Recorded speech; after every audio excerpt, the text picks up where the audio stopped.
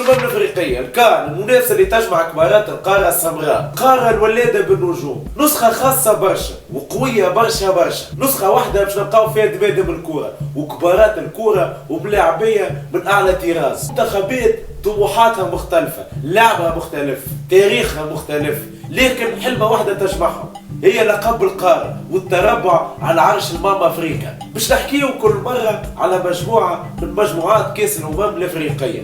اليوم باش نبداو بالمجموعة الأولى. كان الكوت ديفوار كان من المفروض يتلعب في جانفي 2023 لكن تأجل بحكم انه الرزنامة ما ساعدتش انه يتنظم، وخاصة انه كأس العالم تلعب في اخر 2022.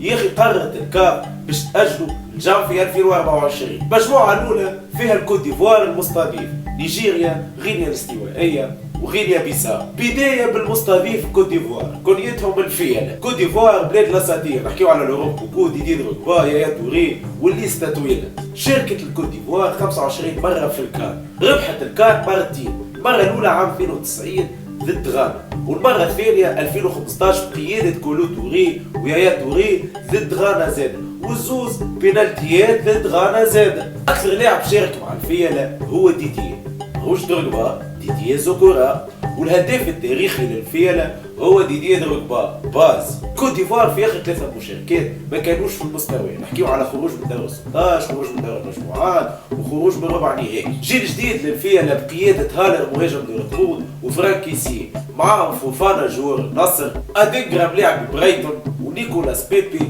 وسيرجي اوريي. قائمة الكوت ديفوار غاب عليها ويلفريد زاها لاعبي غالاتا ساراي. جيل جديد مع دعم جماهيري كبير، بالاخص انه الكوت ديفوار باش تكور في بلادها. الكوت ديفوار تسعى لتعويض نكسة عدم التأهل للمونديال والمشاركات الثلاثة الاخرانية المخيبة، انها تعلق النجمة الثالثة في القميص.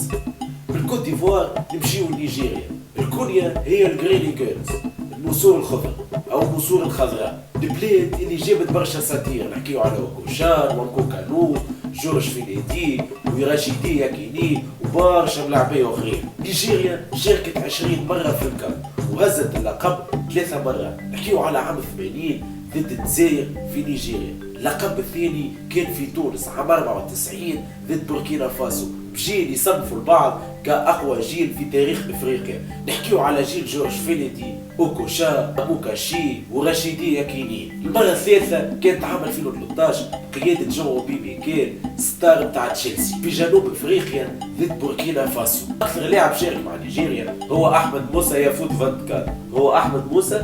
24. بالنسبة للهداف التاريخي هو راشيدي ياكيني. نيجيريا في اخر 10 مشاركات لها في الكان هزت اللقب مرتين، حققت المرتبة الثانية مرة، المرتبة الثالثة 4 مرات، وخرجت اخر مرة من دور 16 بعد ما قدمهم ولده يوسف المساكني. الجريني جيرلز يدخلوا الكان بقائمة هجومية مرعبة، نحكيو على فيكتور اوسيمان لاتاكون تاع نابولي وافضل لاعب في افريقيا عام 2023، مع بونيفاس مهاجم ليفركوزن اللي مساهم سنة في البوندسليغا بين بونطوات واسيستات 17 بونطو، معاهم كيليتشي ناتشو وصامويل شوكويزين لاعب الميلان واحمد موسى. وما ننساوش في الوسط نحكيو على ويلفريد الديدي ملاعب ليستر وايوبي ملاعب فولهام. نيجيريا نقطة ضعفها هي الدفاع، ورينا هذا في ماتش واتا في تصفيات كاس العالم اللي لعبت زوز دراع ما ربحت حتى دور وعملت زوز تعادلات، لكن ديما الكوب دافريك خير. النسور الخضر السنة يحبوا يعلقوا النجمة الرابعة ويعادلوا غانا. من نيجيريا نمشيو لغينيا الاستوائية،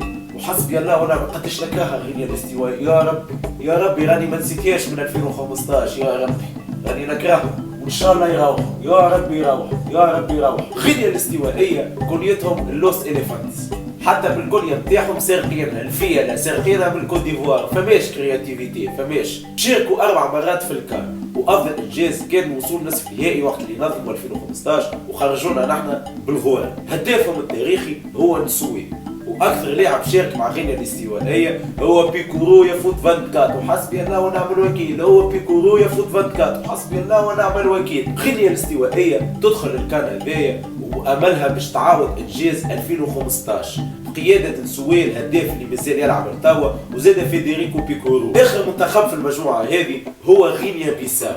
غينيا بيساو تشارك للمرة الرابعة في تاريخها في الكان. الأربع مشاركات الكل كان مغادرة من دور المجموعات، نيتهم الجورتوس معناها الكلاب الشرسة. منتخب متواضع برشا، أبرز نجم عنده هو بلدي ملاعبي اولمبيك اليوم. المجموعة هذه باش تتلعب في أبيجان، ماتش الافتتاح باش يكون نهار السبت 13 جانفي 2024 بين الكوت ديفوار وغينيا بيساو، ماتش باش يكون التسعة متاع الليل. الماتش الثاني بين نيجيريا وغينيا الاستوائية نهار 14 جانفي مع 3. الجولة الثانية باش تكون نهار 18 جانفي 2024 غينيا بيساو ضد غينيا الاستوائية مع 3 متاع العشية.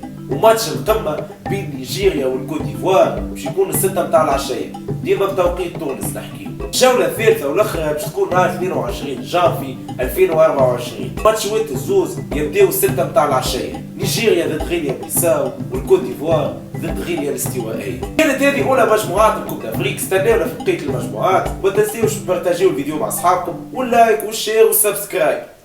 تشاو.